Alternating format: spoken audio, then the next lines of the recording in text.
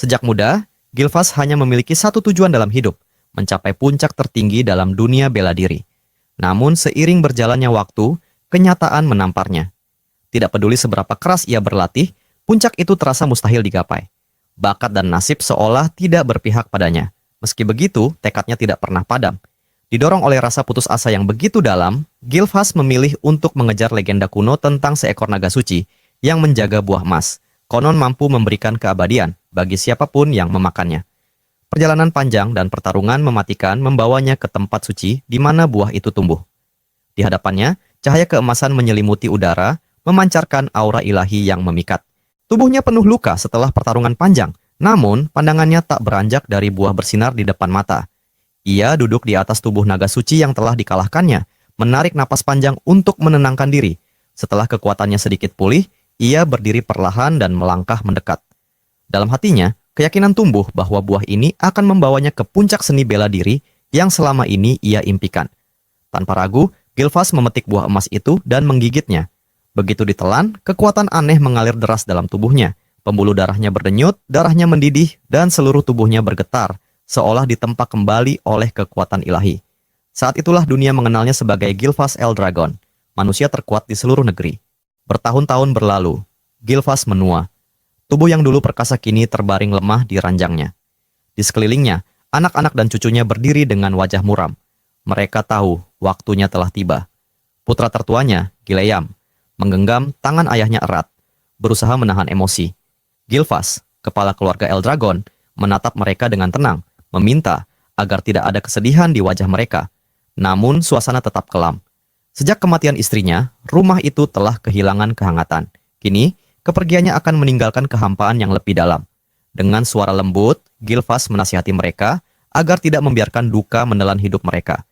Keheningan memenuhi ruangan. Dalam batin, pikirannya melayang pada buah emas yang pernah ia makan puluhan tahun lalu. Mungkin, pikirnya, tidak ada yang benar-benar bisa mempercayai mitos dunia kuno. Namun, ia merasa cukup beruntung bisa hidup panjang dan melihat keluarganya tumbuh. Ia meyakinkan dirinya bahwa hidupnya telah penuh dan tak ada penyesalan. Tetapi, jauh di lubuk hatinya, perasaan itu tak sepenuhnya benar. Impiannya untuk mencapai puncak seni bela diri belum padam. Andai saja waktu memberinya kesempatan sedikit lebih lama, ia pasti akan terus mengejarnya. Keinginan itu tetap ada hingga napas terakhirnya berhenti.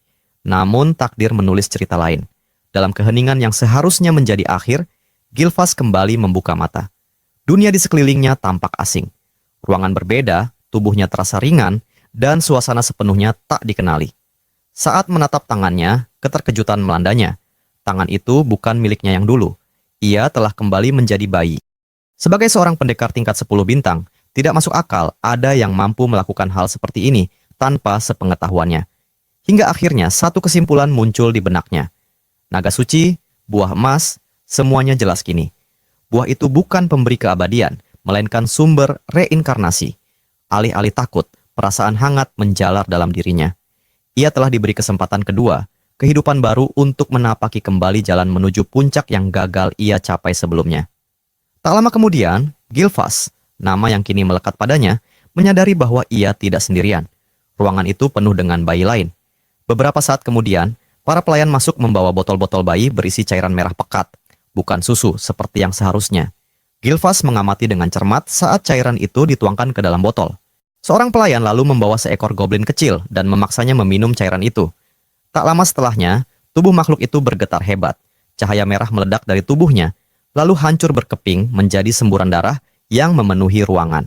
Pemandangan itu membuat tubuh Gilvas membeku. Ketakutan dan kebingungan melingkupi pikirannya.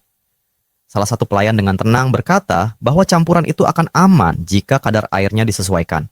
Mereka kemudian mulai memberi cairan merah itu kepada para bayi lain. Seorang pelayan mengangkat Gilvas, menyiapkan botol serupa di tangannya.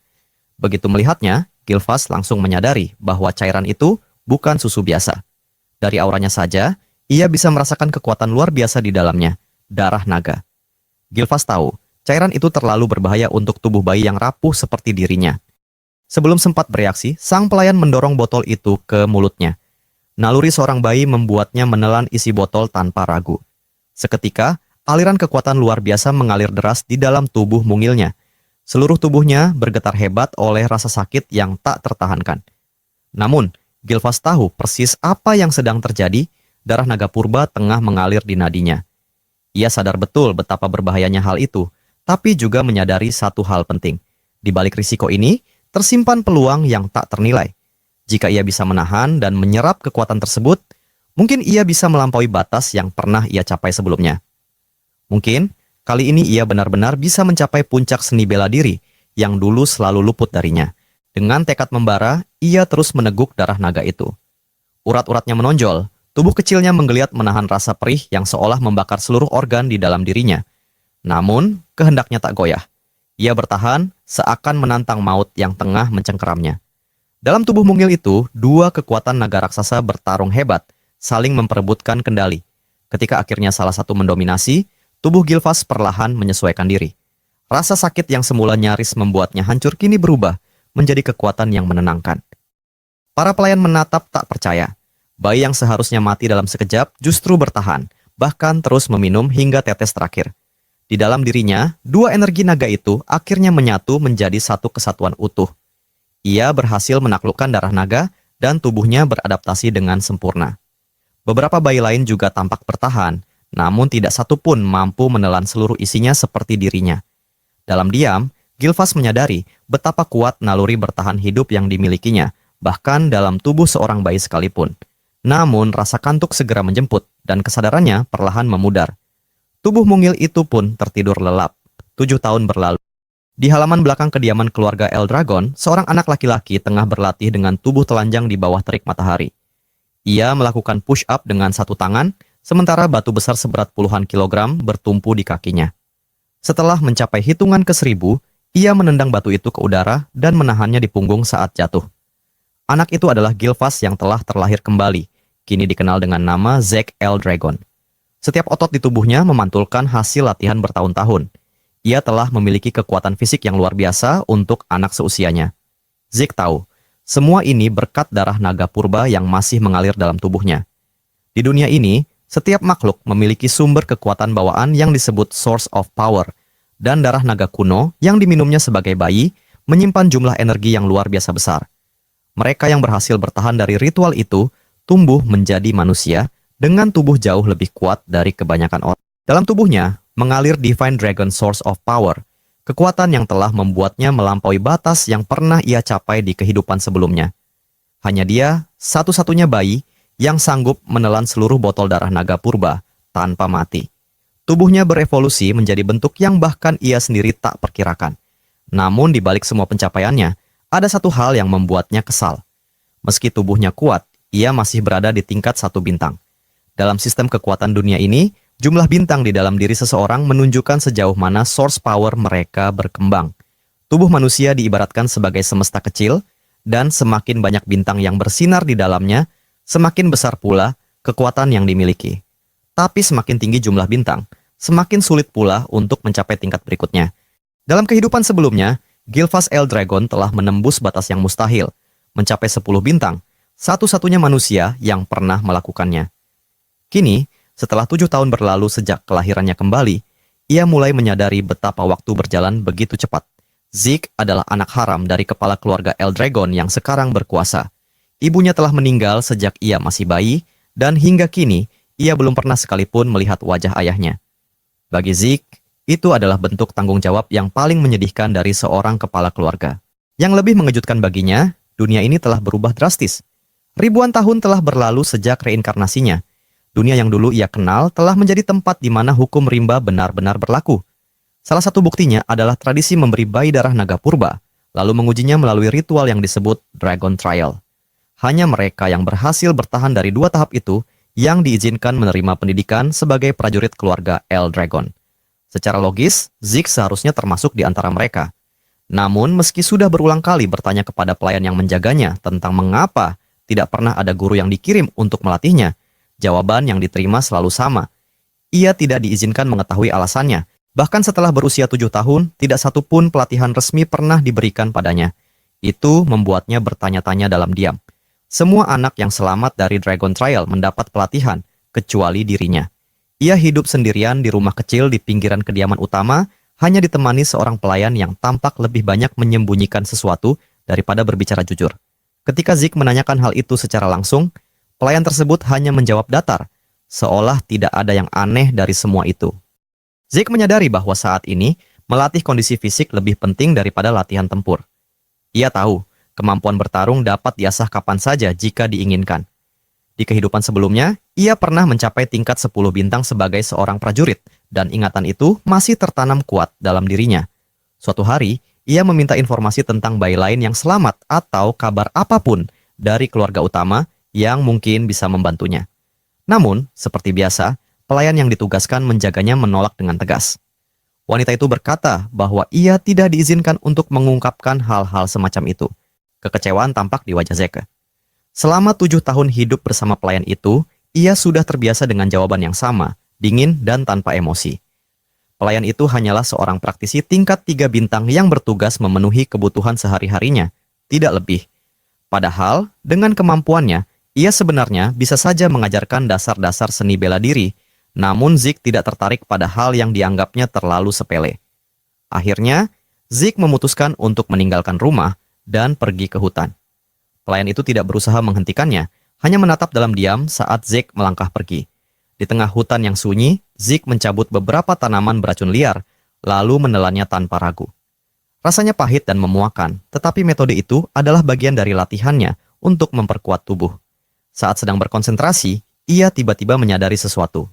Ada perasaan aneh, seolah dirinya sedang diawasi dari kejauhan. Insting tajamnya membuat ia menahan napas dan tetap tenang. Meski berusaha mengabaikannya, perasaan itu tak juga hilang. Ia tahu seseorang atau sesuatu sedang memperhatikannya. Beberapa saat kemudian, ia merasakan aura gelap di antara rerumputan tinggi. Ketika menoleh, matanya menangkap sosok seekor makhluk buas, seekor Angerboar, babi hutan dengan kabut hitam pekat yang melingkupi tubuhnya. Aura itu terasa aneh dan menakutkan, sesuatu yang bahkan tidak pernah ia temui 1000 tahun yang lalu. Tanpa gentar, Zeke berdiri dan menampakkan dirinya. Hewan itu terkejut, lalu menyerang dengan keganasan luar biasa. Namun Zeke hanya tersenyum tipis, menahan napasnya, dan mengumpulkan energi emas di kepalan tangannya. Satu pukulan dilepaskan, menghasilkan ledakan keras yang menembus tubuh Angerboar hingga terjatuh tak bernyawa. Zeke menatap hasilnya dengan tatapan puas. Serangannya jauh lebih kuat dari perkiraan.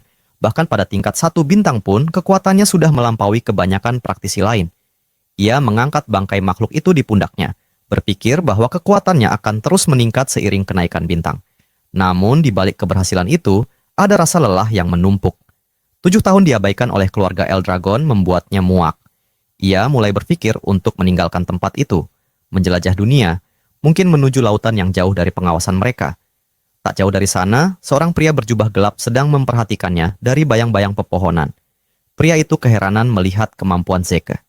Tanpa pelatihan resmi, anak itu sudah mencapai tingkat 1 bintang dan bahkan mampu membunuh Angerboar hanya dengan 1 pukulan.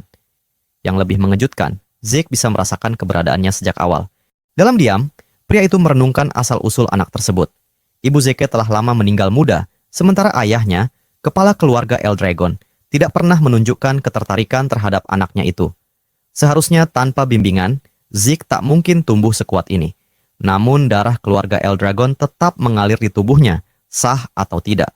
Dan karena itu, ia tetap diawasi oleh orang-orang bayangan seperti dirinya. Pria itu tersenyum samar, merasa bahwa anak itu akan menjadi sosok menarik untuk diamati di masa depan. Setelah itu, ia menghilang kembali ke dalam kegelapan hutan. Sementara itu, di kediamannya, Zeke sedang bersiap untuk pergi. Ia mengemasi barang-barangnya dan hendak meninggalkan rumah ketika tiba-tiba merasakan beberapa aura kuat di luar. Ada 3 praktisi tingkat 4 bintang dan 1 tingkat 5 bintang mendekat. Langkahnya terhenti. Ia menajamkan pendengaran, mendengarkan percakapan mereka. Dari cara mereka berbicara, Zeke menyimpulkan bahwa mereka bukanlah pembunuh bayaran. Mereka tampak santai, memuji udara segar dan suasana damai di wilayah terpencil itu. Bahkan menyebut tidak adanya rift di sekitar. Zeke memutuskan untuk keluar dan menghadapi mereka langsung.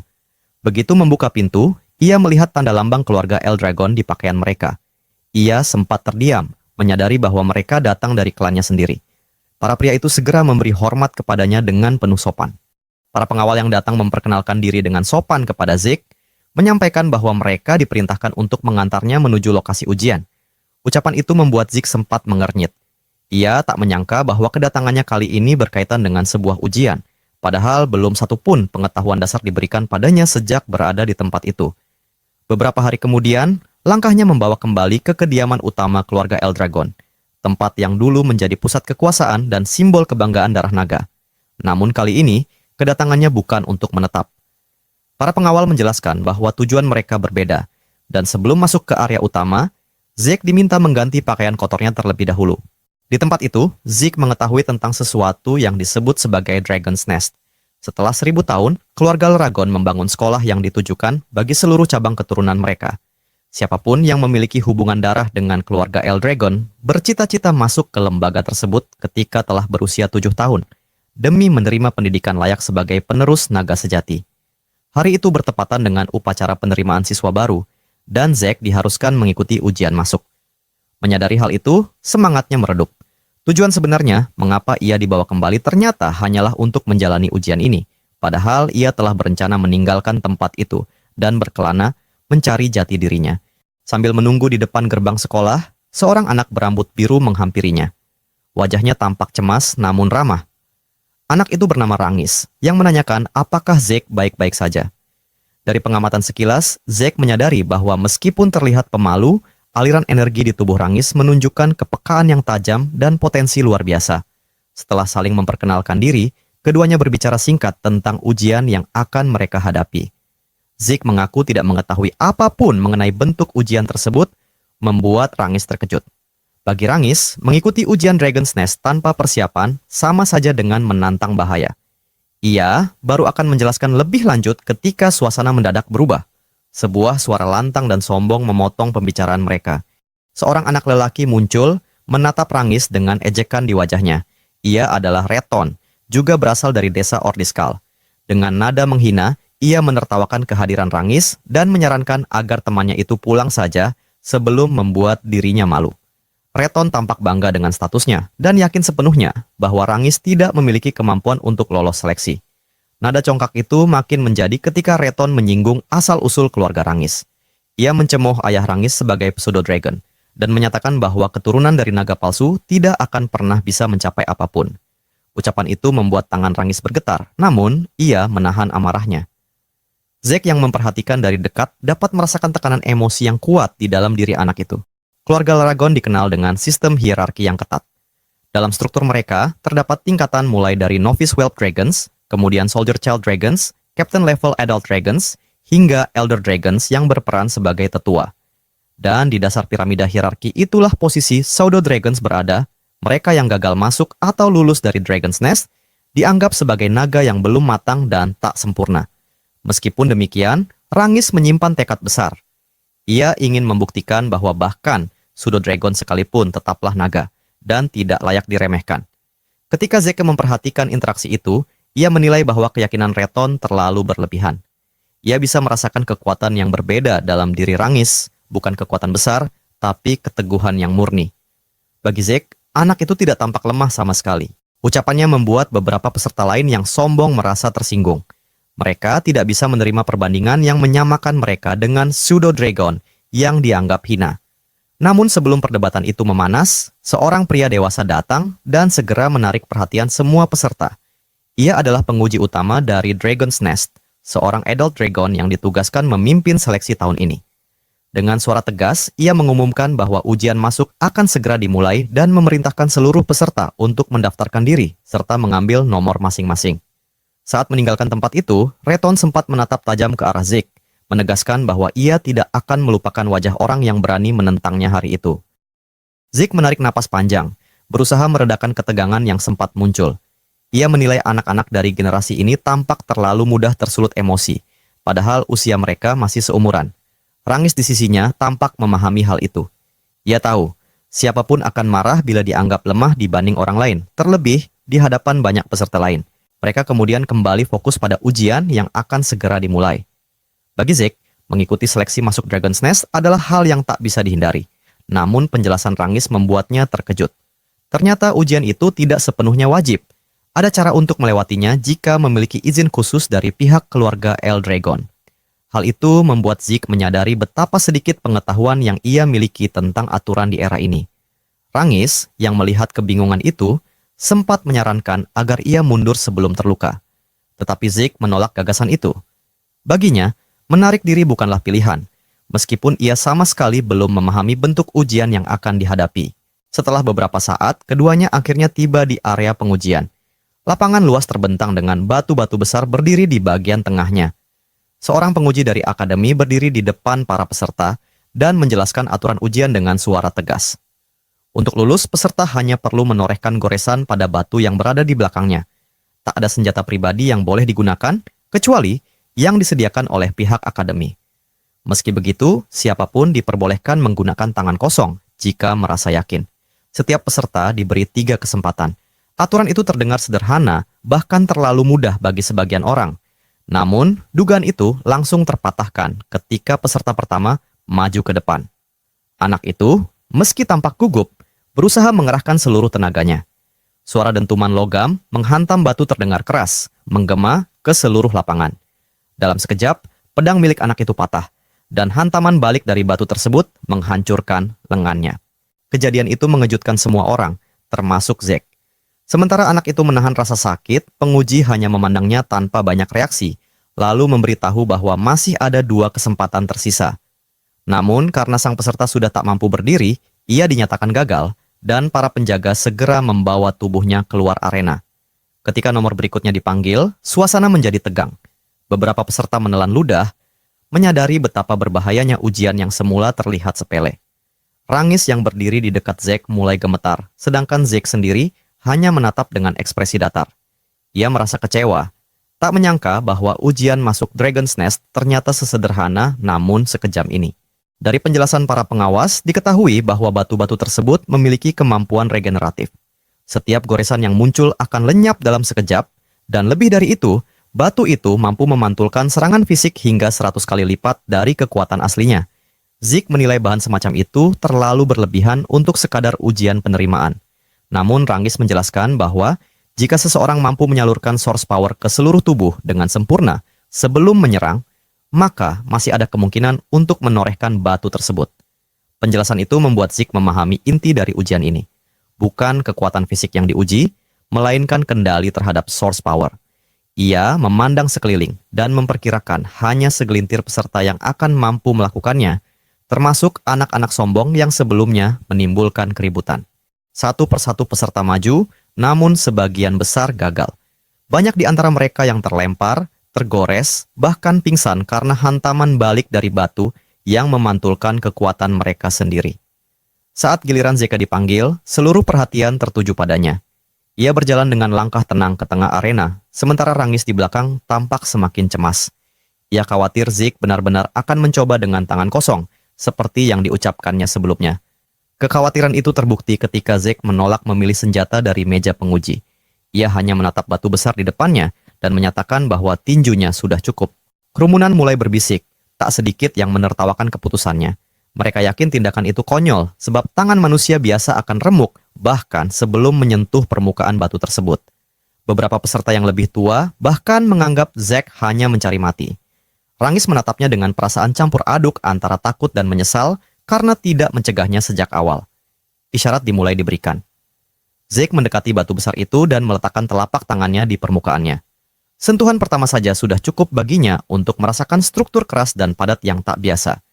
Ia menyimpulkan bahwa batu itu mungkin terbentuk sejak ribuan tahun lalu, menggunakan material yang bahkan tidak dikenal pada masa sebelumnya. Tanpa ragu, ia mulai mengumpulkan source power di dalam tubuhnya. Energi itu berputar, mengalir ke setiap serat otot sebelum terkonsentrasi pada satu titik di tinjunya. Di saat Rangis menahan napas karena cemas akan apa yang terjadi, Zeke justru merasakan sesuatu yang berbeda. Untuk pertama kalinya sejak reinkarnasinya, ia bisa menggunakan kekuatannya secara utuh. Batu itu akan menjadi alat ukur bagi dirinya, untuk mengetahui seberapa jauh kemampuan yang ia miliki saat ini. Mata Rangis kembali membelalak ketika Zeke melepaskan bentuk pertama dari teknik bertarung penghancur naga, Burst Strike, menghantam batu uji dengan kekuatan luar biasa. Ledakan energi besar tercipta dari benturan itu. Pecahan batu beterbangan ke segala arah, sementara angin keras dari gelombang kejutnya mengaduk debu dan puing di udara. Dalam kekaguman yang bercampur kewaspadaan, Rangis segera menutupi tubuhnya dari dampak serangan itu. Di sisi lain, mata penguji terbuka lebar, tidak percaya dengan apa yang baru saja disaksikannya. Saat debu mulai mengendap, Zeke berdiri tegak dengan senyum tipis di wajahnya. Ia berkomentar bahwa teknik yang digunakannya masih terlalu kuat untuk tubuhnya sekarang. Tangannya terluka parah, namun ia justru tertawa kecil, menyadari bahwa dirinya masih membutuhkan latihan yang jauh lebih keras. Para peserta lain terdiam, tak mampu berkata apapun. Reton menatap dengan campuran kaget dan jengkel karena Zeke berhasil menghancurkan batu berlapis sihir itu. Di antara kerumunan, seorang wanita berbisik pelan bahwa Zeke benar-benar menarik perhatiannya. Sementara semua orang masih terpaku pada kejadian itu, Zeke menunggu dengan sabar hasil pengumuman dari penguji, namun lelaki itu belum juga sadar dari keterkejutannya. Batu yang dihancurkan Zeke dikenal bisa memulihkan diri, dan biasanya hanya seseorang di tingkat 4 bintang atau lebih yang mampu memecahkannya. Tapi kini, seorang anak muda berdiri di depan mereka, melakukan hal yang dianggap mustahil. Ia hanyalah anak haram, gumam sang penguji pelan. Ia mulai bertanya-tanya apakah kekuatan Zeke berasal dari darah kepala keluarga yang masih mengalir dalam dirinya. Selain itu, teknik yang dipakai Zeke terasa begitu familiar. Masih dalam keadaan linglung, penguji tidak segera menanggapi. Zeke akhirnya memanggilnya dengan nada kesal, menanyakan hasil ujiannya. Barulah penguji itu tersadar dan buru-buru menyatakan bahwa Zeke lulus tes. Salah satu penguji kemudian menyerahkan sebuah botol kecil berisi cairan hijau kepadanya. Zeke, yang penasaran, bertanya apa isi botol itu. Namun pria tersebut hanya menjawab singkat sambil meminta Zeke menyingkir karena sedang menghalangi jalan. Kesal, Zeke mengerutkan kening dan bergumam apakah semua orang di generasi ini benar-benar seburuk itu sikapnya. Sebelum ia sempat mengeluh lebih jauh, Rangis berlari mendekat dengan ekspresi penuh semangat, memuji aksi Zeke yang luar biasa. Zeke tersenyum bangga dan berkata bahwa hal itu tidak seberapa. Ia kemudian kembali bertanya tentang cairan hijau itu, dan Rangis menjelaskan bahwa itu adalah healing potion, ramuan penyembuh khas keluarga Eldragon. Healing potion? Zeke mengulang, tampak ragu. Rangis mengangguk meyakinkan. Karena statusnya sebagai anak tidak sah keluarga itu, Zeke sempat curiga bahwa ramuan tersebut mungkin beracun. Namun karena Rangis yang memberikannya, ia jadi mempertimbangkan kemungkinan bahwa cairan itu adalah spirit medicine. Ramuan yang disebut Cloud Piercing Clarity Wood dibuat dari bahan-bahan yang sangat langka, terdiri dari tumbuhan yang hanya tumbuh di alam rahasia, dipadukan dengan kekuatan sumber murni dari makhluk ilahi, serta esensi dari binatang roh langka. Ramuan semacam itu mampu menyembuhkan luka baru maupun lama, bahkan meningkatkan kekuatan sumber penggunanya. Karena bahan dan prosesnya yang sulit, eliksir ini jarang sekali terlihat di dunia luar. Setelah meminumnya, Zeke merasakan efek penyembuhan yang luar biasa cepat menjalar ke seluruh tubuhnya. Apa ini benar spirit medicine? Tanyanya pada Rangis. Namun, Rangis mengaku tidak tahu apa itu spirit medicine. Hanya saja ia yakin ramuan keluarga Eldragon memiliki kualitas jauh di atas ramuan manapun di luar wilayah mereka. Rangis kemudian bertanya apakah efek ramuan itu benar-benar membuatnya terkejut. Tentu saja, jawab Zeke. Ia menjelaskan bahwa cairan itu menyembuhkan luka berat dan kelelahan akibat pelatihan, meski tidak seperti spirit medicine yang mampu meningkatkan source power. Rangis malah menatap kagum pada Zeke, mengatakan bahwa dirinya lebih terkejut oleh kekuatan pemuda itu. Zeke tertawa kecil, menanggapinya dengan santai. Dalam hati, ia merasa ramuan itu adalah bukti betapa pesatnya perkembangan ilmu pengetahuan dalam 1000 tahun terakhir. Rangis kembali memuji kekuatan Zeke, dan pemuda itu menegaskan impiannya untuk menjadi yang terkuat di antara semua. Tak lama kemudian, penguji mengumumkan bahwa Reton dan rekan-rekannya juga lulus ujian. Zeke sudah menduganya, tetapi perhatiannya segera tertuju pada Rangis yang tampak gemetar ketika nomornya dipanggil. Meskipun gugup, Rangis menguatkan hati dan melangkah ke depan. Melihat gerakannya yang kaku, Zeke heran mengapa ia begitu tegang, lalu berseru memberi semangat agar Rangis percaya pada dirinya sendiri. Rangis yang malu meminta Zeke menurunkan suaranya. Ia kemudian memilih pedang sebagai senjatanya, dan Zeke memperhatikannya dengan saksama, penasaran dengan apa yang akan terjadi.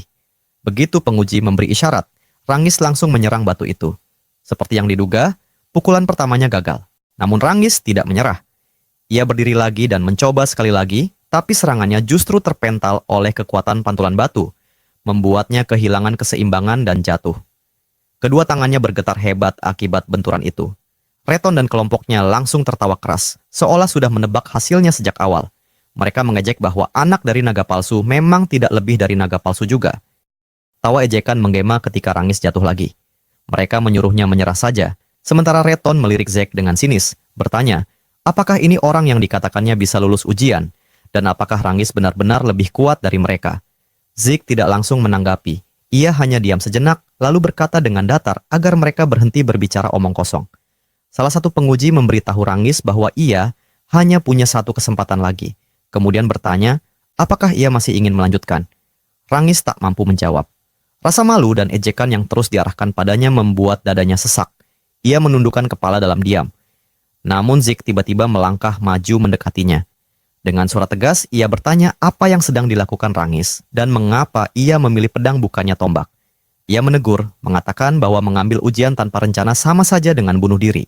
Reton menatap dengan tatapan mengejek saat Zeke berkata bahwa dalam kondisi seperti itu, Rangis tak akan bisa menggores batu itu sekalipun mencoba 1000 kali. Gelak tawa kembali pecah dari kelompok Reton. Mereka menyebut Zeke bodoh, sambil mengingatkan bahwa Rangis sama sekali tidak menguasai tombak. Ayahnya yang lemah hanya pernah mengajarinya ilmu pedang, dan mengganti senjata sekarang tidak akan mengubah hasil apapun. Namun Zeke mengabaikan ejekan mereka. Ia menoleh pada penguji dan bertanya apakah mengganti senjata diperbolehkan. Penguji menjawab bahwa aturan tidak melarangnya. Kalau begitu, Rangis beruntung, ujar Zeke sambil tersenyum tipis. Ia menatap Rangis dan bertanya apakah ia mempercayainya. Sekilas, kenangan pahit melintas di benak Rangis tentang ejekan yang selama ini diterima dirinya dan ayahnya, tentang semua penghinaan yang harus mereka telan demi bertahan. Ia mengepalkan tangan, menggertakkan gigi, lalu menatap lurus ke depan. Dengan suara mantap, ia berkata bahwa ia akan mempercayai Zeke. Ia akan bertarung menggunakan tombak, seperti yang dimintanya. Rangis teringat bagaimana ayahnya dulu gagal memasuki sarang naga, dan sejak saat itu, orang-orang mengejeknya sebagai naga palsu. Tapi, meski terus dihina, ayahnya tidak pernah menyerah. Ia bertahan hanya demi membesarkan Rangis dengan baik. Karena itu, Rangis bersumpah untuk membuktikan bahwa dirinya, anak yang dibesarkan dengan segala pengorbanan itu, juga adalah naga sejati. Ia berdiri lagi dengan penuh tekad, menggenggam tombak erat di tangannya. Hari ini, ia akan menunjukkan bahwa tidak ada yang palsu, baik dirinya maupun ayahnya. Ia juga sadar bahwa bila terus menggunakan pedang, hasilnya tak akan berbeda. Jadi kali ini, ia memutuskan untuk sepenuhnya mempercayai Zeke. Masalahnya, ia sama sekali tidak tahu cara menggunakan tombak. Zeke lalu berseru kepadanya. Sambil menunjuk ke arah batu berlapis sihir itu, ia berkata bahwa Rangis tak perlu memikirkan apapun. Tusukkan saja tombakmu langsung ke batu itu. Jangan pikirkan hal lain, ujarnya mantap. Rangis menarik napas panjang, lalu menggenggam tombaknya lebih kuat. Ia tahu, secara logika, menikam batu itu tidak akan meninggalkan sedikit pun goresan, apalagi menghancurkannya, karena batu itu memiliki kemampuan regenerasi yang sangat kuat.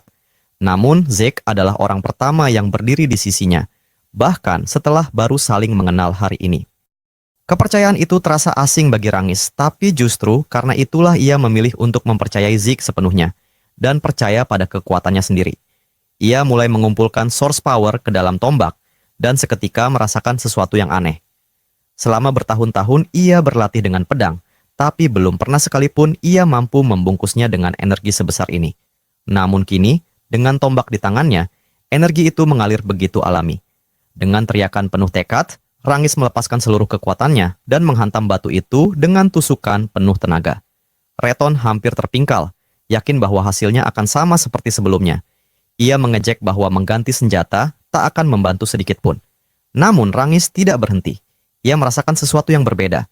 Tombak itu terasa seperti bagian dari tubuhnya sendiri.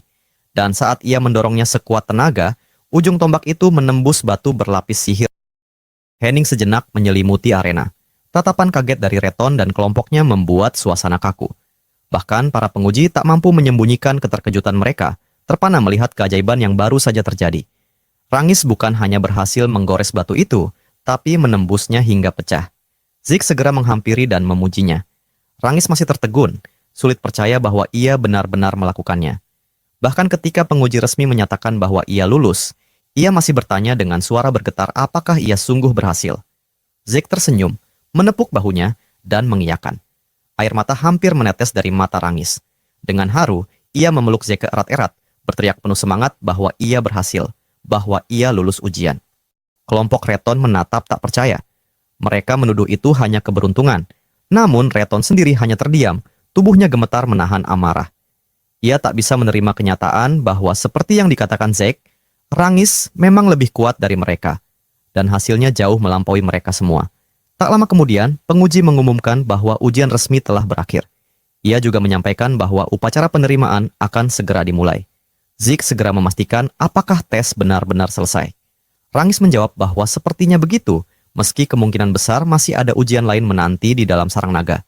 Tak lama setelah itu, sekelompok pria muncul dari lorong gelap di ujung aula. Saat mereka melangkah ke arena, penguji mengumumkan bahwa kepala keluarga Eldragon akan memberikan pidato untuk memberi selamat kepada mereka yang lulus. Begitu Zik melihat pria itu, ia bertanya siapa orang dengan ekspresi dingin dan gelap itu. Rangis, terlihat gugup, menjawab bahwa itu adalah kepala keluarga sendiri. "Itu kepala keluarga," kata Zik. "Kenapa wajahnya begitu, bahkan tidak tersenyum? Terlihat lebih dingin dari es." Rangis segera menutup mulut Zik dan berbisik agar ia tetap diam, memohon agar Zik berhenti bicara. Zik mengangguk. Saat menatap kembali ke kelompok itu, ia menyadari bahwa orang-orang di hadapannya mewakili kekuatan terkini keluarga Eldragon. Beberapa berada pada level 7 star, yang lain 6 star. Kekuatan mereka cukup mengesankan, apalagi kepala keluarga saat ini, Balsa Eldragon, adalah seorang 8 star powerhouse. 1000 tahun lalu, hanya sedikit orang yang mencapai level tersebut. Aura gelap dan menyala terpancar dari tubuh Balsa, membuat seluruh ruangan terasa berat. Penguji segera memerintahkan semua orang diam karena Master Balsa akan berbicara. Saat Balsa melangkah maju, ia hanya mengucapkan beberapa kata. "Kalian semua harus berusaha menjadi darah daging keluarga Eldragon." Tekanan mengerikan dari auranya menyebar ke seluruh aula. Banyak peserta gemetar ketakutan, beberapa bahkan kesulitan bernapas saat tubuh mereka membeku di bawah tekanan besar itu. Zik tetap tenang, namun ia memperhatikan Rangis juga terkena pengaruhnya. Semua orang tampak mudah terhanyut oleh kehadiran kepala keluarga. Lebih dari itu, Zik menangkap kebencian mendalam tersembunyi dalam aura Balsa. Setelah Balsa berpaling, seorang pria berambut pirang melangkah maju dan menarik perhatian semua orang.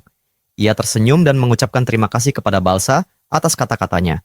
Ia menjelaskan bahwa Master Balsa memiliki harapan tinggi untuk mereka semua, dan seperti gurunya, ia juga akan menyampaikan pidato singkat.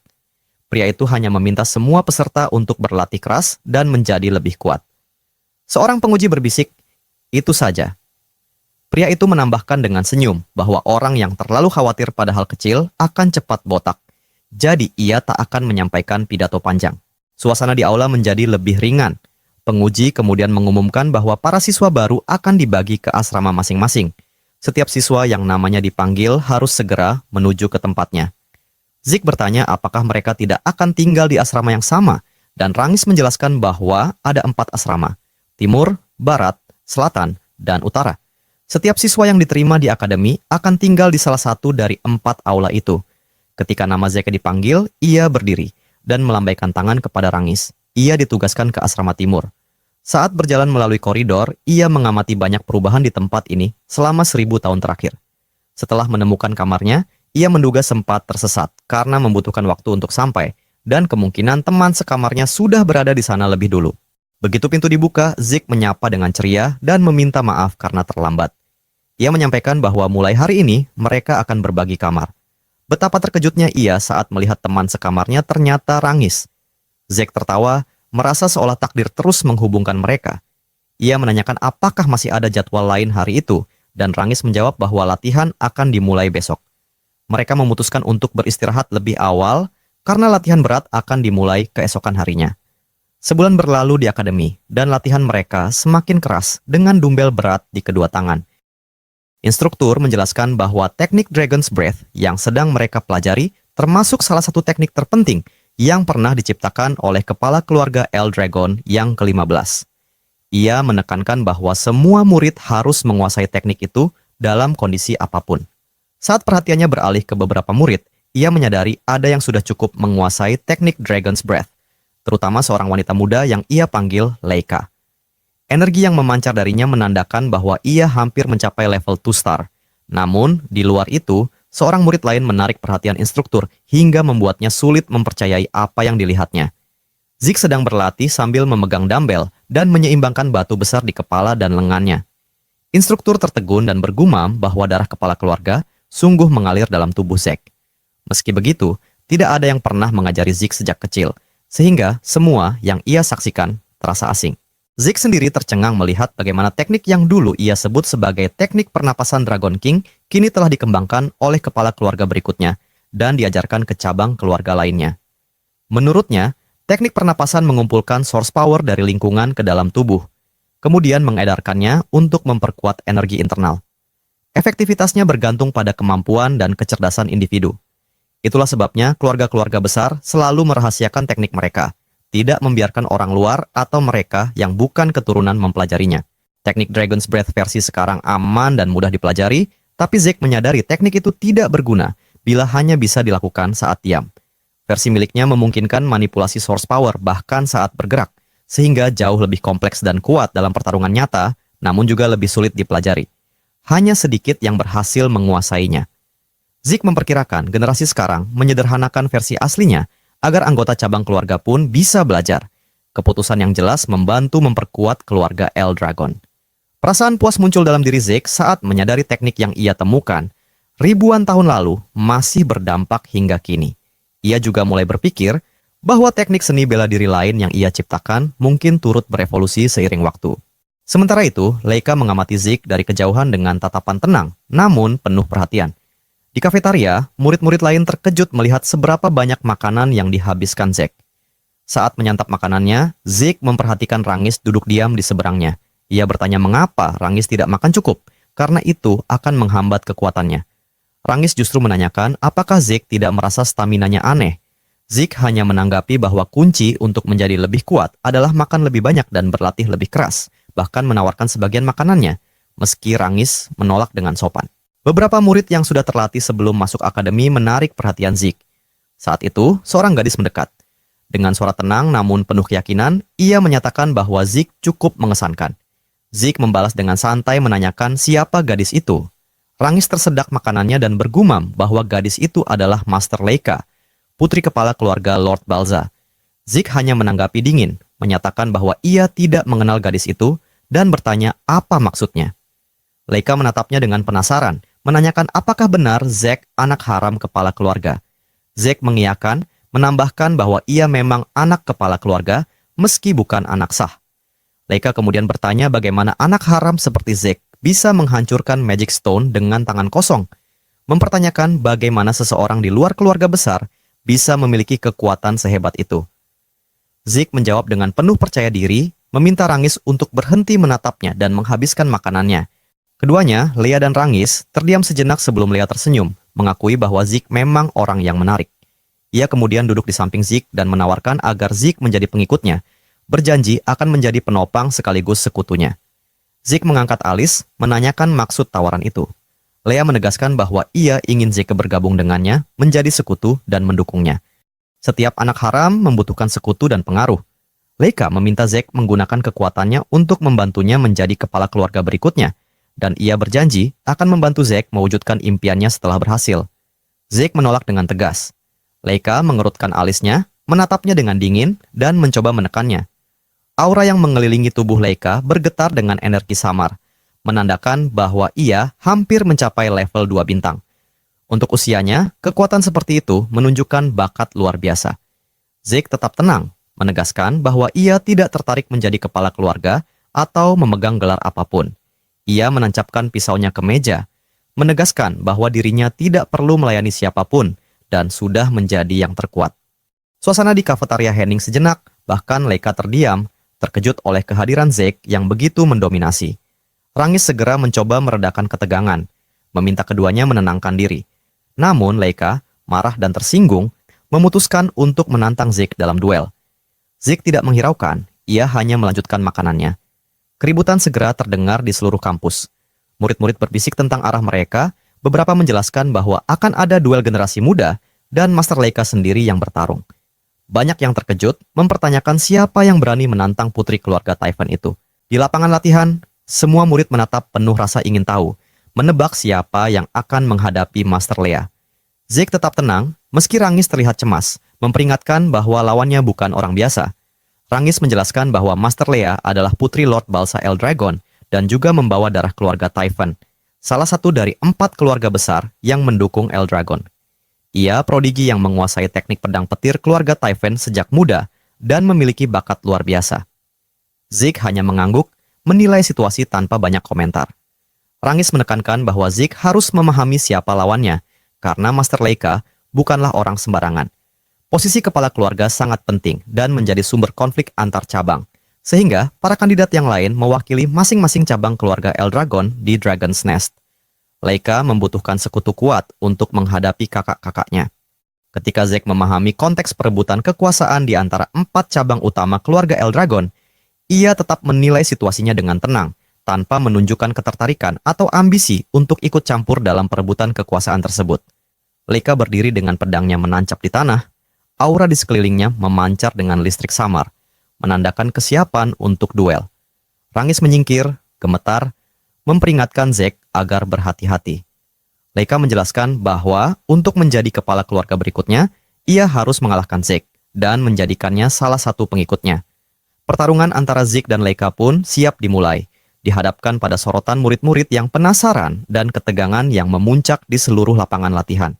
Leica menegaskan bahwa sebagai salah satu kandidat kepala keluarga, ia perlu memperkuat tidak hanya pengetahuan dan kekuatannya, tetapi juga pengaruhnya dengan mengumpulkan pengikut yang tangguh. Tanpa menunggu lagi, ia melesat ke arah Zeke, menyatakan bahwa ia akan mengalahkannya saat itu juga, dan menjadikannya salah satu pengikutnya. Zeke dengan mudah menghindari serangan kuatnya, termasuk serangan bertubi-tubi yang mengikutinya. Leica tetap menekan, tidak membiarkan Zeke lolos. Para penonton terpana oleh kecepatan gerakan keduanya. Serangan Leica, meski menggunakan Great Sword yang berat, mengalir begitu mulus dan cepat sehingga tampak hampir tanpa usaha.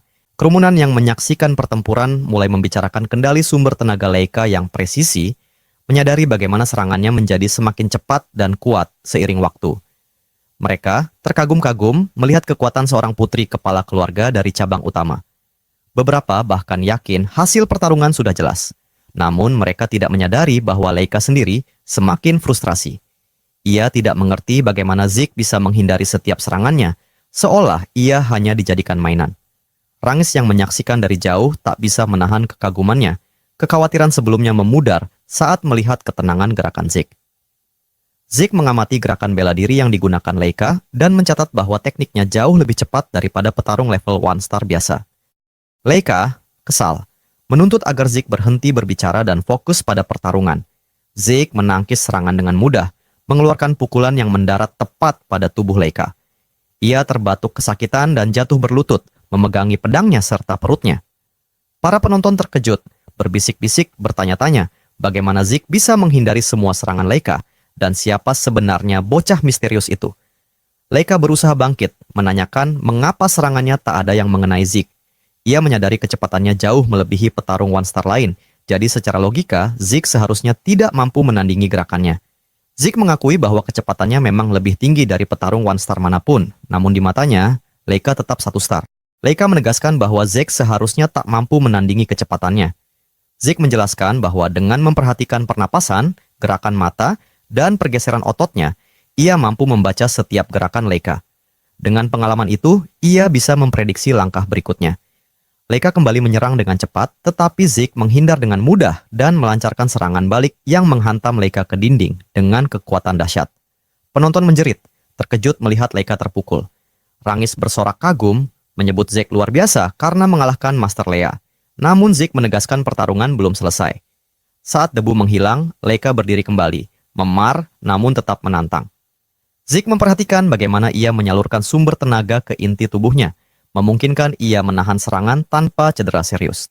Rangis memohon agar Zeke berhenti, tapi Zeke memperingatkannya untuk menyingkir agar tidak terkena serangan berikutnya. Zeke kemudian merasakan lonjakan aura dari Leica, yang tampaknya baru saja mencapai level 2 star. Penonton menyadarinya juga, tanda bercahaya di tubuhnya membuktikan bahwa ia kini menjadi 2 star dengan aura putih. Leica mengucapkan terima kasih kepada Zeke karena berkat pertarungan itu, ia mencapai level 2 star lebih cepat dari perkiraan. Ia menegaskan bahwa Zeke tidak lagi memiliki peluang menang. Dengan aura menyala, ia melesat ke arah Zeke. Great Sword-nya dikelilingi energi memancar. Zeke tertawa, tampak benar-benar senang. Ia menghindari serangan cepat lainnya dan memuji kecepatan Leica. Namun ekspresi Zeke berubah ketika terasa sengatan di pipinya, sebuah luka tipis. Leica tersenyum dan menanyakan apakah Zeke kini bisa melihat perbedaan kekuatan mereka.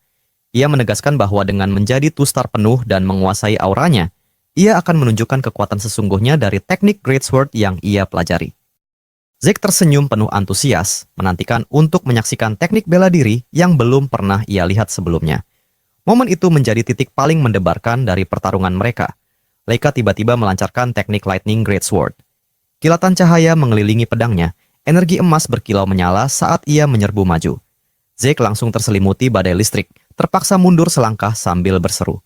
Leica menyingkap pedangnya ke tanah, cahaya emas memancar di sekitarnya. "Sepertinya kau terkejut," ucapnya dingin, lalu memanggil serangan lain. Lightning Net. Listrik membentuk jaring bercahaya yang meluncur ke arah Zeke, tapi ia berhasil menghindar dengan tepat waktu. Para penonton terpana. Sejak Leica naik ke level 2 star, arah pertarungan berubah drastis. Rangis yang memperhatikan dari jauh tampak khawatir. Zeke memperhatikan gerakan Leica yang sebenarnya sederhana, tidak ada yang baru dibandingkan versi 1 star-nya. Namun, setiap ayunan pedangnya kini penuh tenaga, teknik Lightning Great Sword memancarkan kekuatan dahsyat, dan auranya memperkuat setiap serangan. Kecepatan Leica lebih tinggi dari dugaan Zeke, dan listriknya terasa misterius. Meski demikian, Zeke tetap tenang dan percaya diri, mampu mengantisipasi serangannya. Saat menghindar dari serangan bertubi-tubi, ia menganalisis setiap gerakan Leica, memeriksa aura dan iramanya. Leica menyadari senyum tenang Zeke saat ia menari menghindar, mengerutkan dahi sambil tetap tersenyum. "Kau terlalu santai untuk seorang petarung," ia mengejek, lalu menyerbu lagi, pedang bersinar dan dikelilingi kilatan emas. Zeke kembali menghindar di saat terakhir. Leica seperti petir itu sendiri, pikirnya, sebelum pedang itu menghantamnya saat maju, menghantam Zeke ke belakang dengan gelombang kejut yang menyebarkan debu dan reruntuhan. Rangis terkejut, panik, dan berlari mendekat. Tapi seorang penonton menahan lengannya. Zeke bangkit kembali, pakaiannya terbakar, namun tekadnya tak goyah. Leica menyerang lagi dengan Lightning Flash, menabrak Zeke secara langsung, tapi ia tetap berdiri tegak. Leica mengerutkan alisnya, tidak percaya. Rangis berlari dan memohon agar Leica berhenti, mengatakan mereka sudah cukup melihat kekuatannya. Namun Leica menolak, menegaskan bahwa menghentikan pertarungan di tengah laga adalah penghinaan bagi Zeke. Rangis pun berbalik dan memohon kepada Zeke untuk menyerah, tapi ia hanya tersenyum tenang. Mata Leica menegang. Meski Zeke anak haram, ia tetap seorang Elragon yang bangga. Ia mengangkat pedang tinggi, auranya membara. "Kalau begitu, aku akan menggunakan seluruh kekuatanku untuk mengakhiri ini." Petir menggema dari langit saat Leica memanggil teknik rahasianya pertama, Heaven's Thunder. Gelombang energi emas raksasa turun, menghancurkan batu di bawah kaki Zeke.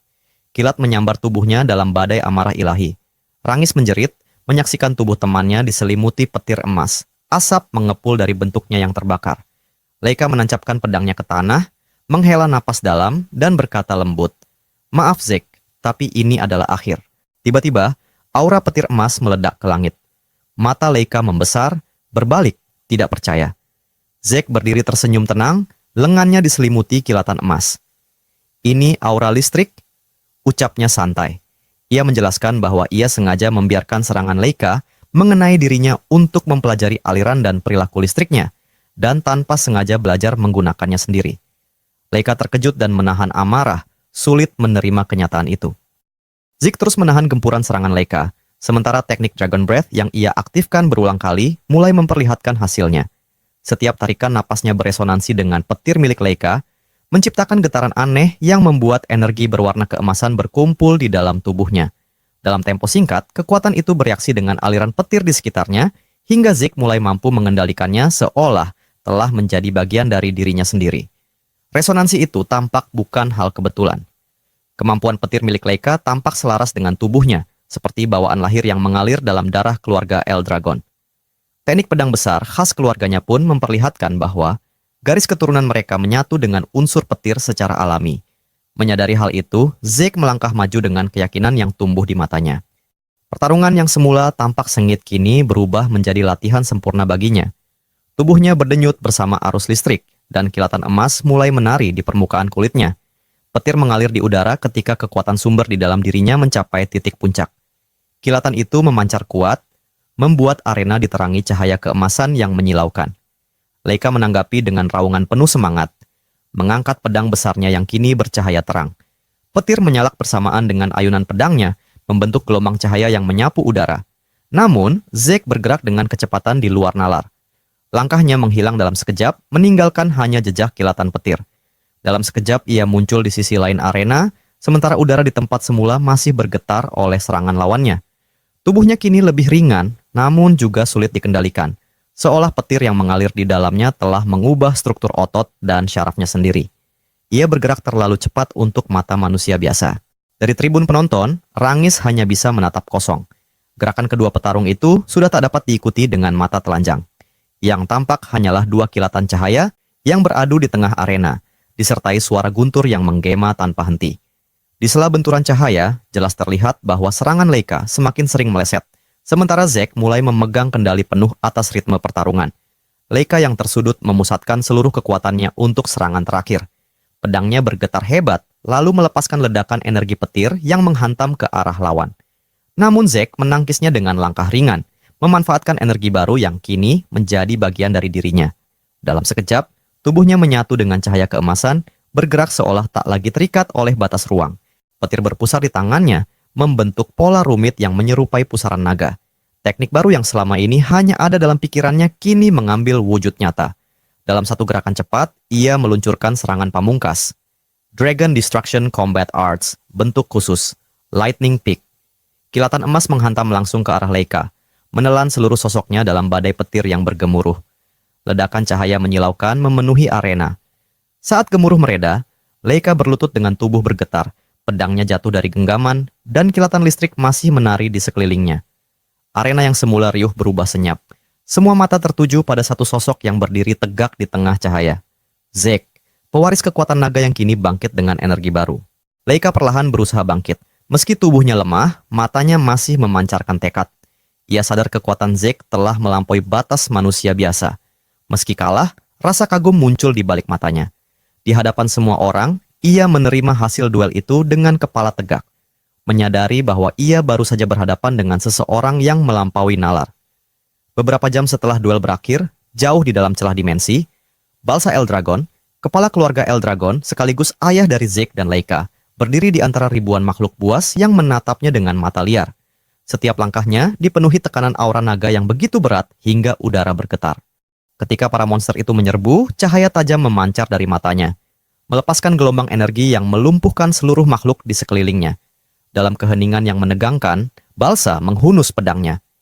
Dengan satu ayunan sempurna, jurus pertama dari Dragon Destruction Combat Arts dilepaskan. Dalam sekejap, ratusan makhluk itu terbelah rapi tanpa sempat mengeluarkan suara. Saat pedangnya kembali disarungkan, pasukan keluarga Eldragon bergerak maju untuk memastikan tak ada yang tersisa. Balsa berbalik menuju pintu keluar Rift, namun langkahnya terhenti ketika salah satu prajurit memanggil, membawa kabar penting. Ketika mendengar laporan bahwa putrinya, Leica, telah mencapai level 2 bintang, mata Balsa memancarkan cahaya redup. Ekspresinya tak berubah, tapi hawa di sekitarnya mendadak membeku. Ia hanya berdiri diam, sementara udara di sekelilingnya dipenuhi tekanan yang terasa dingin dan menakutkan. Laporan dari prajurit itu disampaikan dengan nada gugup. Ia menjelaskan bahwa mencapai tingkat 2 bintang di usia 7 tahun merupakan prestasi yang jarang terjadi, dan dengan bakat yang dimiliki Leica, ia berpotensi menembus 4 atau bahkan 5 bintang setelah lulus dari Dragon's Nest. Namun, bagi Balsa, kabar itu tidak lebih dari informasi tanpa nilai. Ia menuntut hasil nyata, bukan sekadar pujian atas bakat yang belum terbukti berguna. Saat melangkah menuju pintu keluar celah dimensi, langkahnya terhenti ketika prajurit itu menambahkan bahwa Leica baru saja kalah dalam duel latihan.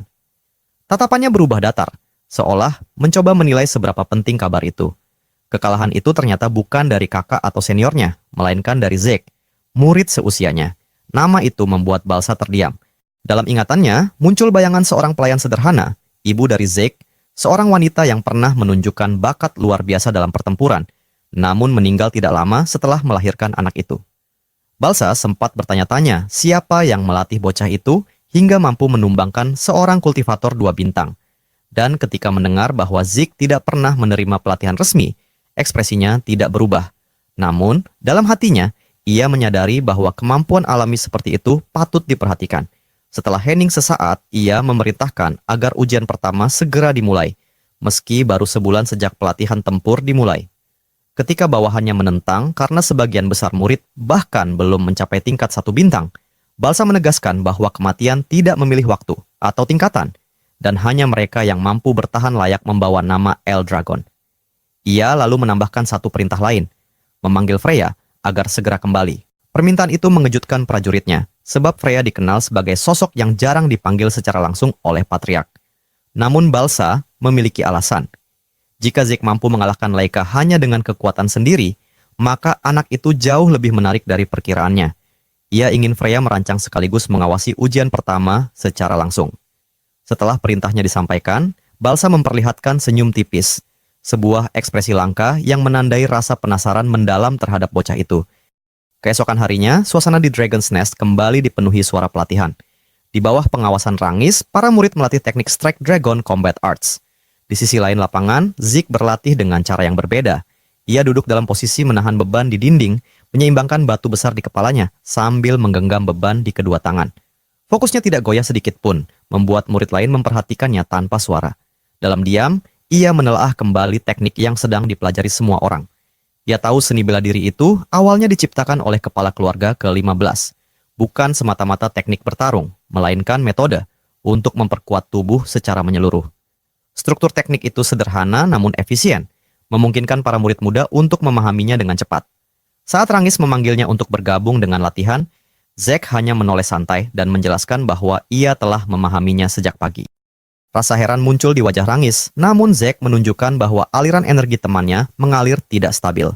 Dengan tenang, ia membantu memperbaikinya melalui sentuhan energi yang lembut dan terarah. Setelah perbaikan itu, Rangis dapat merasakan perubahan pada tubuhnya, seolah aura di dalam dirinya mengalir lebih lancar dari sebelumnya. Ia menatap Zeke dengan rasa kagum yang tulus. Zeke, di sisi lain, tampak menikmati kesederhanaan teknik itu. Baginya, Strike Dragon Combat Arts memiliki keseimbangan dan kestabilan yang mengingatkannya pada seni bela diri peninggalan keluarga lamanya, Dragon Destruction Combat Arts, sebuah teknik kompleks yang pernah disukai hanya olehnya. Seni bela diri Dragon Destruction Combat Arts memang dikenal sebagai teknik yang sangat rumit, sekaligus menuntut ketahanan luar biasa. Namun di balik kerumitannya tersimpan kekuatan yang benar-benar menakutkan. Teknik ini terdiri atas 4 bentuk utama, dan dalam duel melawan Laika, Zeke berhasil menciptakan bentuk kelima. Di luar itu, masih ada satu rahasia tersembunyi. Bentuk terakhir yang paling destruktif, kemampuan menakutkan yang pernah digunakannya untuk menumbangkan seekor Divine Dragon di kehidupan lalunya. Saat mengingat hal itu, Zeke sempat bertanya-tanya bagaimana para keturunannya memperlakukan warisan teknik naga tersebut. Mungkin mereka telah mengubah atau menyempurnakannya seiring waktu. Pemikiran itu justru membuatnya semakin bersemangat untuk melangkah lebih jauh. Setelahnya, ia memutuskan untuk melanjutkan pelatihan fisiknya. Baginya, setiap orang memiliki cara tersendiri dalam menguasai teknik bertarung, dan tubuh yang terlatih adalah pondasi dari segala hal. Namun sebelum sempat memulai, Rangis memanggilnya dengan nada mendesak. Pemuda itu memohon agar Zeke mau mengajarinya, meski sadar betapa beraninya permintaan itu. Ia hanya ingin menjadi lebih kuat, walau sedikit saja. Zeke menatapnya dalam diam, kemudian mengangguk dengan tenang. Reaksi itu membuat Rangis terkejut, karena ia tak menyangka Zeke akan menyetujui begitu mudah. Namun bagi Zeke, niat untuk belajar selalu layak dihargai, dan ia menganggap Rangis cukup pantas menerima bimbingan. Tak lama kemudian, Laika menghampiri mereka dengan raut wajah ragu, namun tekad kuat di matanya. Ia menyatakan keinginannya untuk belajar bersama. Rangis sempat terkejut mendengarnya, tetapi Laika tetap tenang. Ia mengakui bahwa sebelumnya dirinya merasa tak tertandingi di antara para penerus muda keluarga Eldragon. Namun pertarungan kemarin telah menghancurkan seluruh keyakinan itu. Ia masih tidak mengerti bagaimana Zeke mampu mengendalikan aura petir, bahkan lebih baik darinya. Zeke hanya menanggapinya dengan nada tenang, setengah bercanda namun menyiratkan rasa tanggung jawab, seolah dirinya memang menjadi alasan di balik kegelisahan itu. Laika kemudian menyampaikan niatnya untuk menjadi lebih kuat, cukup kuat untuk menyaingi kakak-kakaknya, bahkan melampaui Zeke sekalipun. Ucapannya membuat Zeke terdiam sejenak. Saat ia belum memberi jawaban, Laika menatapnya penuh harap. Sementara Rangis ikut menimpali bahwa Zeke, sebagai salah satu calon pewaris keluarga Eldragon, juga layak memutuskan hal itu. Mereka sadar bahwa meski Zeke bukan anak sah, darah Balsa Eldragon tetap mengalir di dalam dirinya. Ia tetap bagian dari garis penerus, suka atau tidak. Dengan nada datar namun tegas, Zack menjawab bahwa ia tak keberatan melatih mereka, tetapi mempertanyakan apakah tubuh Leika masih sanggup menjalani pelatihan berat setelah pertarungan mereka. Menurut pengamatannya, luka yang dialami gadis itu seharusnya memerlukan waktu sebulan untuk sembuh total. Leika segera menjelaskan bahwa dirinya telah menggunakan ramuan penyembuh dan tak perlu dikhawatirkan lagi. Mendengar itu, Zack bertukar pandang dengan Rangis. Mereka berbisik pelan, membicarakan seberapa ampuh ramuan yang digunakan. Rangis menduga ramuan itu bukan jenis biasa seperti yang diberikan pada ujian masuk, melainkan versi khusus yang hanya dimiliki oleh putri kepala keluarga Eldragon. Zack terkesima, kagum pada perkembangan zaman yang mampu menciptakan ramuan sehebat itu. Leika mengangguk, mengakui bahwa tanpa bantuan ramuan tersebut, ia mungkin masih terbaring tak berdaya hingga kini. Namun lebih dari sekadar pemulihan, yang paling penting baginya adalah kesempatan untuk belajar. Ia ingin tumbuh lebih kuat di bawah bimbingan Zack, dan keinginannya itu diutarakan tanpa keraguan sedikit pun. Zack pun menyetujui permintaan itu tanpa banyak pikir, menyatakan bahwa ia tak pernah menolak orang muda yang punya ambisi besar. Jawaban itu membuat Leika dan Rangis sama-sama terkejut. Mereka menatapnya dengan heran, apalagi ketika Zack menambahkan bahwa semangat seperti itu selalu layak dihormati. Ia bahkan sempat menggoda Leika dengan nada ringan, mempertanyakan apakah gadis itu benar-benar yakin ingin menjadikannya sebagai pelatih, mengingat ia baru saja mengalahkannya di arena. Leika menjawab dengan tegas bahwa kekalahan itu tidak menjadi alasan untuk mundur. Sebagai calon kepala keluarga, ia tidak memiliki pilihan lain selain terus maju. Zack mengingat kembali pertemuan pertama mereka, ketika Leika dengan bangga menyatakan cita-citanya untuk menjadi kepala keluarga Eldragon. Dengan nada ingin tahu, ia menanyakan alasan di balik ambisi besar itu. Leika menjawab tanpa ragu, menyampaikan kenyataan pahit bahwa jika ia gagal mencapai posisi tersebut, nasibnya hanyalah menjadi alat dalam pernikahan politik. Ia mengaku dengan getir bahwa dalam skenario terbaik, ia mungkin akan dipaksa menikah dengan sepupunya sendiri, sedangkan yang terburuk adalah dijodohkan dengan pria asing yang sama sekali tidak dikenalnya. Mendengar penuturan itu, ekspresi Zack berubah kelam. Aura kemarahan samar muncul di balik ketenangannya, terlebih saat Leika menjelaskan bahwa hal seperti itu adalah hal lumrah di keluarga Eldragon. Garis keturunan mereka dianggap terlalu berharga untuk dibiarkan bercampur dengan darah luar. Sumber kekuatan mereka yang istimewa membuat keluarga itu terobsesi mempertahankan kemurnian darah naga, tak peduli pada perasaan atau kehendak pribadi para pewarisnya.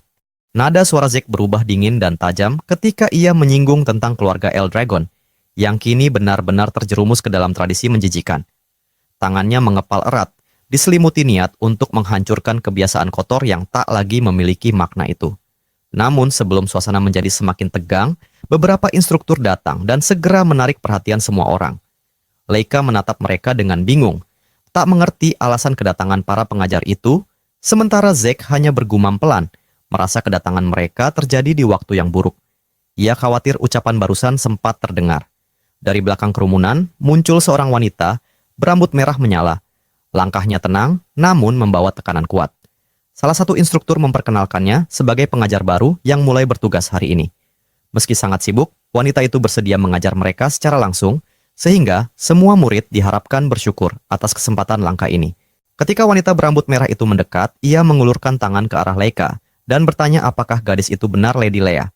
Namun, naluri bahaya segera membuat Leika melompat mundur dengan cepat. Zack maju melindunginya, sedangkan Rangis menahan lengan Zack dengan gugup. Wanita itu justru tersenyum tipis, memuji refleks Leika yang tajam, serta kualitas auranya yang cukup baik. Zack sedikit mengernyit, karena tak menyadari kehadirannya sejak awal. Sementara itu, Rangis dengan nada cemas menanyakan identitas wanita tersebut. Instruktur di sisi mereka kemudian memperkenalkan wanita itu sebagai Lady Freya Wingkick dari Black Dragon Course. Freya memberi salam sopan, menatap seluruh siswa, lalu menatap langsung ke arah Zack dan memanggil namanya. Ketika Zack membenarkan, Freya bertanya apakah kedatangannya tidak membuatnya terkejut. Dengan tenang, Zack menjawab bahwa tidak ada hal dari dirinya yang bisa dianggap mengejutkan. Sekilas, Freya sempat terpaku, terutama ketika sorot mata Zack berpendar lembut, seolah menelusuri aura di sekitarnya. Ia kemudian berkomentar bahwa teknik penyamaran yang digunakan wanita itu cukup menarik. Freya segera memahami mengapa kepala keluarga Eldragon, Balsa, menaruh perhatian besar pada pemuda itu. Di saat yang sama, Zack menganalisis aliran energi dalam tubuh Freya. Ia menyadari bahwa kekuatan sumber wanita itu terkonsentrasi di bagian bawah tubuh, mengalir dalam pola unik yang membuat langkahnya nyaris tanpa suara. Cahaya antusias terpancar dari matanya saat ia membayangkan bentuk seni bela diri seperti apa yang mampu menciptakan gerakan sehalus itu. Setelah memperkenalkan diri, Freya mengambil alih kendali kelas dan menyatakan bahwa ia akan menjadi instruktur baru mereka. Bisik-bisik langsung menyebar di antara para siswa. Nama Freya Fuynkik bukan nama asing. Ia dikenal sebagai Tempest Wind, salah satu pendekar terkuat keluarga Eldragon. Seorang instruktur lain menegaskan reputasinya, menyebut bahwa Freya adalah praktisi bintang 6 yang tergabung dalam unit Elite Black Dragon Corps, pasukan yang langsung berada di bawah komando kepala keluarga. Para siswa tertegun, tak menyangka seseorang sekuat itu turun langsung mengajar di akademi. Freya kemudian tersenyum tipis dan menjelaskan bahwa dirinya memang akan melatih mereka, tetapi dengan satu syarat. Sebelum diterima sepenuhnya sebagai muridnya, setiap orang harus lulus ujian sederhana. Ucapan itu membuat suasana seketika tegang. Ia melanjutkan dengan tenang, mengatakan bahwa ujian tersebut hanyalah misi kecil. Para siswa hanya perlu membawa kristal seperti yang ia pegang dan bertahan hidup selama 1 bulan penuh di wilayah Poison Dragon Mountain. Mendengar nama itu, wajah Rangis memucat, sedangkan Zeke merasakan sedikit nostalgia. Gunung beracun tersebut dikenal sebagai tempat berbahaya yang dipenuhi makhluk beracun. Hanya menyentuh satu helai daun saja sudah cukup untuk membunuh manusia biasa seketika. Bagi Zeke, tempat itu bukan asing, karena di kehidupan sebelumnya, ia sering menggunakannya sebagai lokasi latihan pribadi. Meskipun begitu, ia menilai ujian ini terlalu ekstrem bagi siswa muda seperti mereka. Freya kemudian menjelaskan aturan dengan detail. Setiap peserta akan diberikan sebuah kristal berbentuk bola. Bila bola itu pecah atau hilang, mereka otomatis didiskualifikasi. Salah satu siswa dengan suara gemetar bertanya apa yang akan terjadi pada mereka yang gagal. Freya menjawab tanpa ragu, mengatakan bahwa mereka akan dikeluarkan dari Dragon's Nest. Ia menambahkan agar mereka tidak terlalu khawatir tentang racun, sebab dengan menerapkan teknik pernapasan Dragon's Breath dengan benar, tubuh akan mampu menahannya. Selama mereka menjaga kristal dan mengontrol pernapasan dengan baik, keselamatan bisa dijamin. Leika sempat menegaskan bahwa selain tanaman beracun, gunung itu juga dihuni monster berbahaya. Tatapan Freya berubah tajam. Ia mengatakan bahwa para siswa harus menghadapi sendiri para monster itu karena berburu adalah satu-satunya cara untuk mendapatkan makanan. Tanpa kemampuan bertarung, mereka tak akan bertahan beberapa hari pun. Suasana langsung berubah tegang. Seorang siswa bernama Reton bergumam bahwa misi itu nyaris mustahil, sementara yang lain mulai meragukan apakah teknik dasar mereka, Strike Dragon, cukup kuat untuk melukai makhluk di sana. Freya hanya tersenyum miring, menenangkan mereka dengan nada dingin. Ia berkata bahwa mereka memiliki waktu 5 hari untuk bersiap. Dalam jangka waktu itu, setiap siswa boleh memilih satu seni bela diri dasar dari arsip keluarga Eldragon untuk dipelajari. Jika mampu menguasainya, peluang bertahan akan meningkat.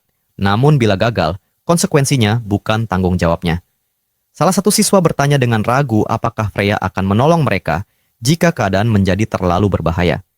Wanita itu menatapnya dengan senyum samar yang menusuk dan menjawab dingin bahwa di Dragon's Nest, wilayah keluarga Eldragon, tidak ada tempat bagi yang lemah. Hanya mereka yang kuat yang berhak untuk tetap hidup. Zeke berdiri di antara para murid yang masih terdiam setelah mendengar kata-kata Freya.